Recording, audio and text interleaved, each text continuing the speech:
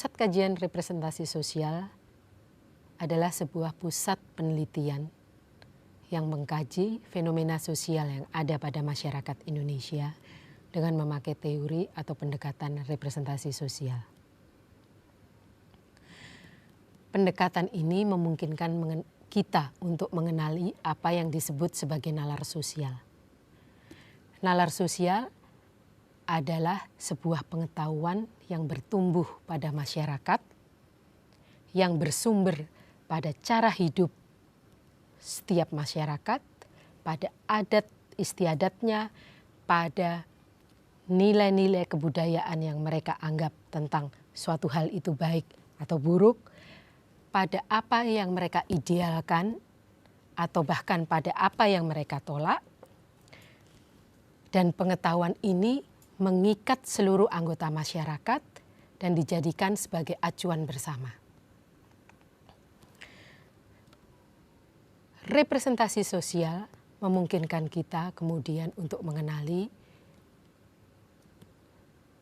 melalui nalar sosial tersebut, kita bisa mengenali apa yang namanya identitas sosial. Dan apa yang dilakukan oleh Pusat Kajian Representasi Sosial adalah berusaha untuk merumuskan identitas sosial pada banyak masyarakat Indonesia, sehingga kita bisa menyusun sebuah peta pengetahuan tentang masyarakat Indonesia yang terdiri dari banyak versi budaya, banyak versi adat, atau banyak sejarah yang berbeda.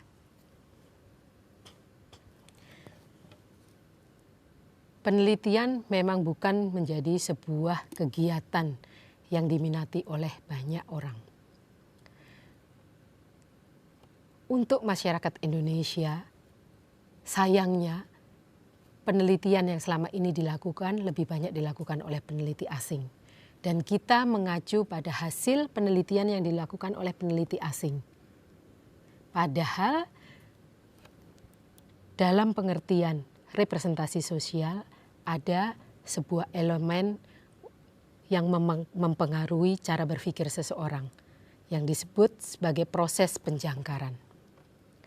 Peneliti asing ketika mereka bertemu dengan fenomena sosial yang ada di Indonesia, untuk mengunyah, mencerna, memahami atau mengerti fenomena tersebut, dia akan selalu mengunyah dengan menjangkarkan seluruh pengetahuannya pada apa ataupun pengalaman yang dia miliki berdasarkan kebiasaan dia. Yang dalam arti tertentu bisa berbeda dengan pengalaman yang dimiliki oleh masyarakat itu sendiri. Sehingga tetap tidak bisa dipungkiri bahwa dalam banyak penelitian yang dilakukan oleh peneliti asing selalu ada sudut yang bersifat bias. Pada penelitian representasi sosial yang kami lakukan adalah mencoba mengkoreksi sudut bias tersebut dengan mencoba mengerti bagaimana sebuah nalar sosial itu dibentuk berdasarkan makna yang diolah oleh masyarakat itu sendiri. Melakukan sebuah pekerjaan penelitian memang bukan sebuah pekerjaan praktis. Dalam arti membutuhkan banyak tenaga, banyak biaya, banyak sumber daya, banyak waktu, sehingga penelitian yang biasanya dilakukan adalah penelitian yang bersifat aplikatif. Dan ini sesuai dengan watak dari gerak masyarakat Indonesia, mutakhir. Artinya kita mengejar sebuah kemajuan. Dan kemajuan ini dimungkinkan kalau kita membuat sebuah penelitian untuk menguji sebuah model teori menjadi sebuah model aplikatif. Penelitian dasar pada masyarakat seperti yang sedang kita lakukan di Sulawesi Selatan bukan tipe penelitian seperti ini. Ini adalah penelitian dasar yang seperti saya katakan tadi membutuhkan banyak sumber daya. Oleh karena itu jarang sekali dilakukan. Dan kami berterima kasih sekali bahwa penelitian ini mampu kita lakukan karena kita mendapat dukungan dari PT Pertamina untuk menyediakan sumber daya yang kita butuhkan. Ada hal yang menarik kalau kita berbicara tentang Sulawesi Selatan.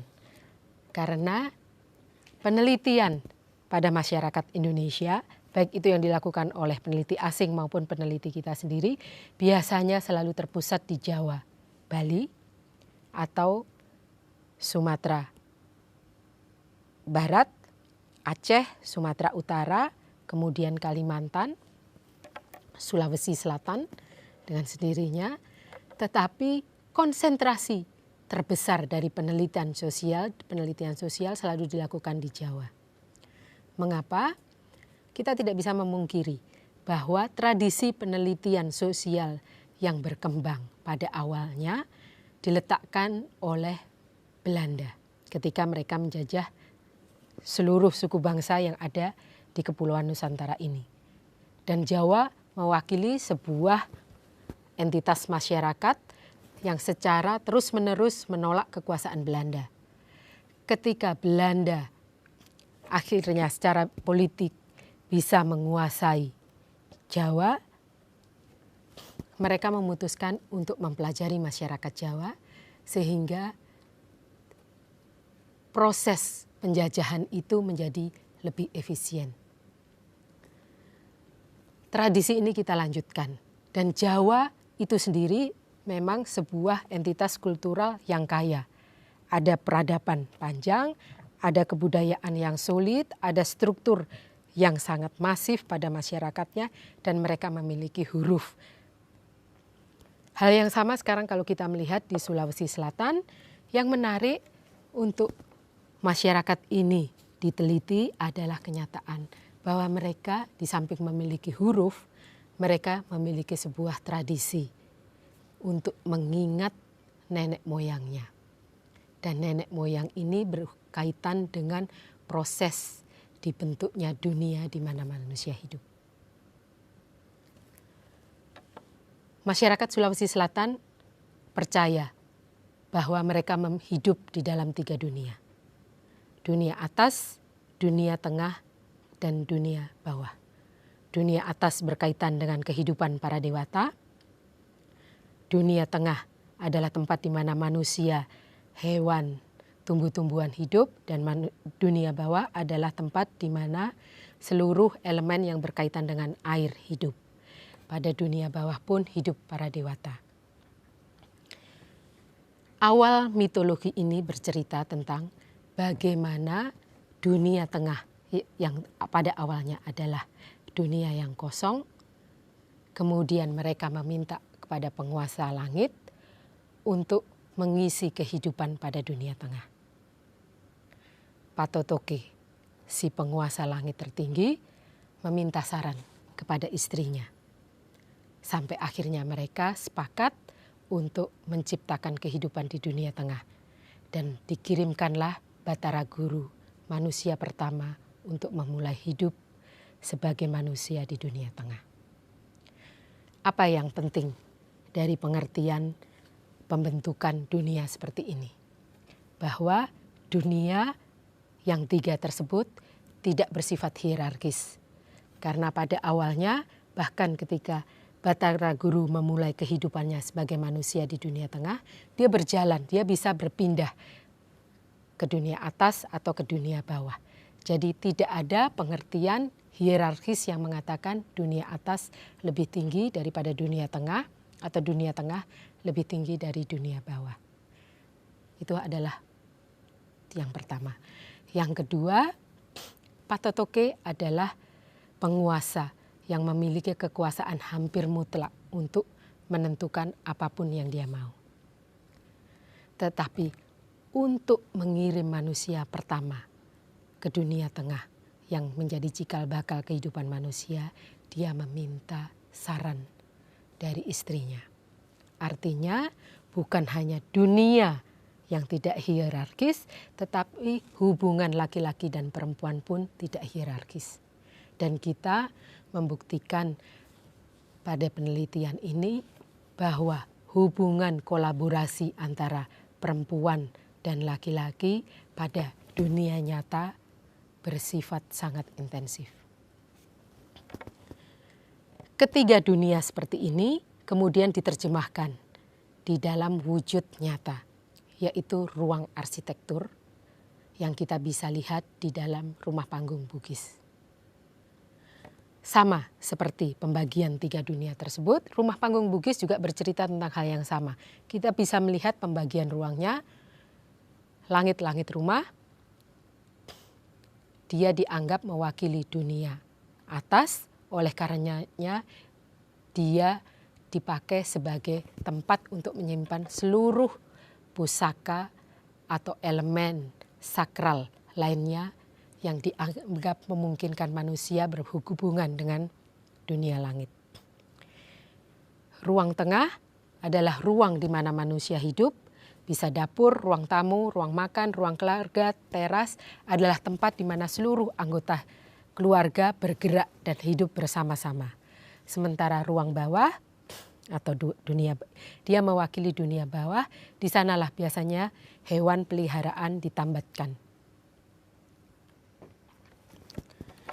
Sebetulnya yang menarik dari pendekatan representasi sosial adalah asumsi bahwa masyarakat itu bersifat dinamik.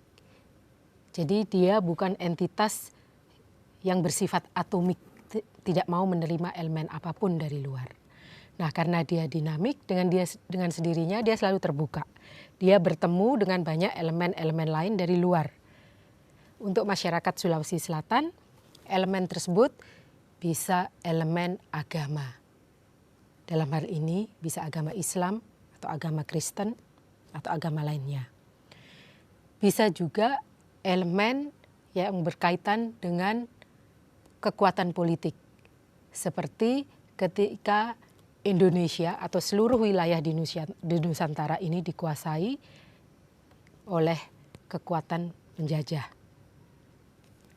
Atau bahkan ketika secara bersama-sama Sulawesi Selatan bersama-sama dengan daerah lainnya di seluruh kepulauan Nusantara memutuskan untuk menjadi sebuah bangsa, bangsa Indonesia. Atau sekarang ketika masyarakat di seluruh dunia menerima arus baru yang disebut arus global. Dalam arti tertentu, masyarakat Sulawesi Selatan dia tetap mengikuti alur dari masa silamnya, dan pada alur tersebut dia mengunyah seluruh elemen yang masuk dan bertemu dengan struktur dasarnya.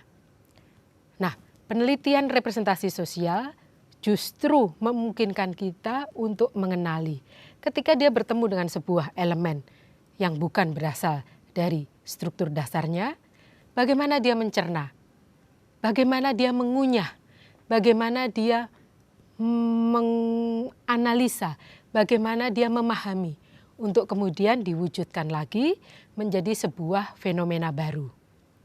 Fenomena baru inilah yang disebut sebagai produk atau isi dari representasi. Dan dari representasi inilah kita bisa mengenali yang disebut sebagai nalar sosial.